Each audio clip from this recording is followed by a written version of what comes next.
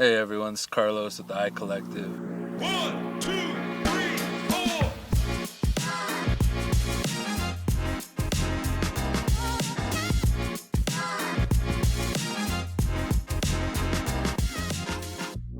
This month, our current issue is going to be focused on ash, both culinary ash and cultural use of ash. So I want to do a quick demonstration on one of my favorite culinary ashes, which is corncob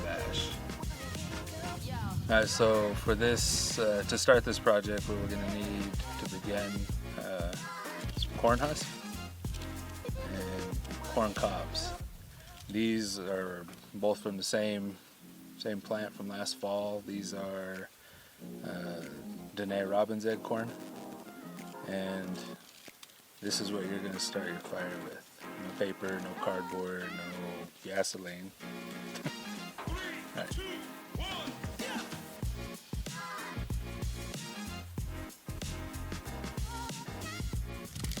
Alright, so what we're going to do is we'll put our corn husks in there. So I'll keep a couple back just in case. I'm going to put, this is just like starting a fire in your fireplace, really, you know. So for me, I'm going to go ahead and stack out a few of these right here.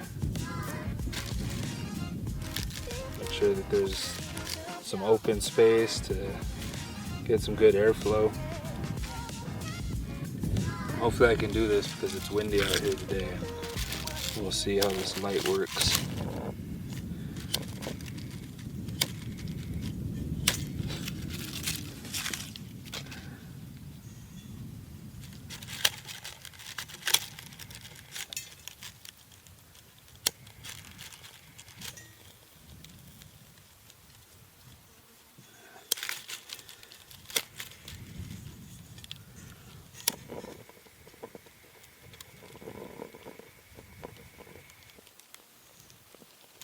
Sweet, I'm so tired of you. Every dog must have his day. Sweet, I'm so tired of you.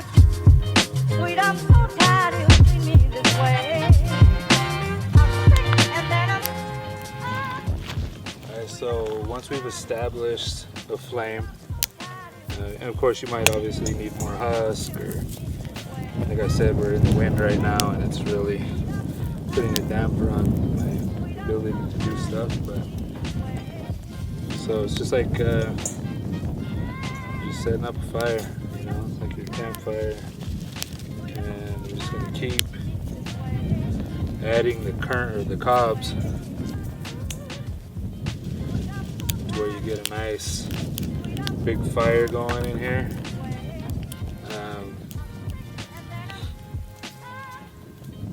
That's gonna be it. We'll see how this looks a little bit as it burns down, and then we'll get to sifting those ashes. sweet, I'm so tired of you treating me this way. Sweet, I'm so tired. Sweet, I'm so tired of treating me this way. And I'm sweet, I'm so tired. Sweet, I'm so tired of treating me this way. Oh, treating me this way. Sweet, I'm so tired. Sweet, I'm so tired of treating me this way.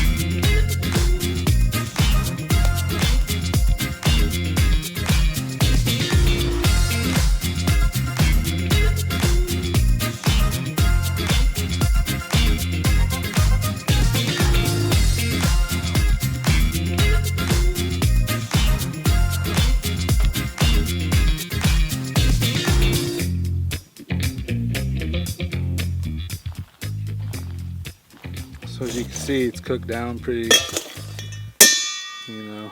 This corn cobs are very hot burning. They'll continue to smolder for quite a while. So we had started with about half a bushel of cobs, and this is what we're down to right now. So we'll go ahead and let this finish doing its smolder thing, and then we'll get back with you.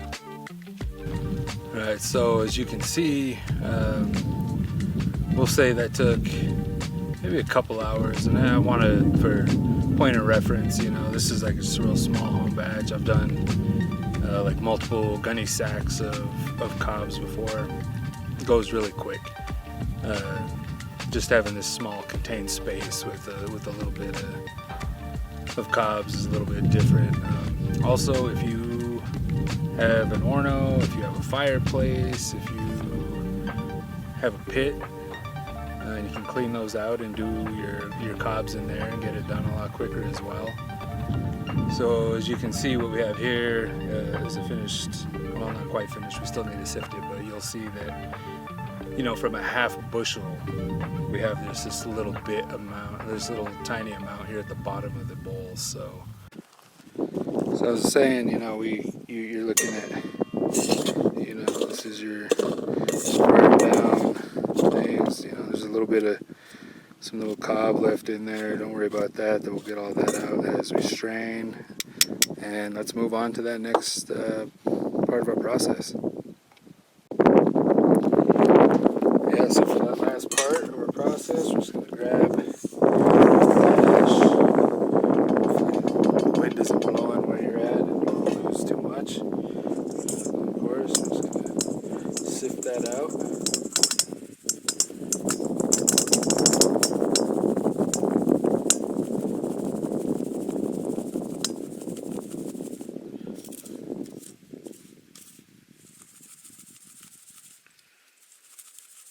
And we're using a pretty fine, it's like a double mash sifter here, so you won't be getting any of those big chunks in there or any of that stuff. If you do not have a fine sieve or strainer, I would suggest maybe running it through your blender, your Vitamix, food processor, whatever you're doing. So you see we have a pretty good chunk of leftover stuff here, and then we have our ash. So there's that. So we get a little bit more here. Alright. So that's your process. There, so as you can see, that it's a pretty straightforward process. After your strain and you go ahead and bottle it. Just put it in whatever jar you have. I can't really speak for shelf life on this.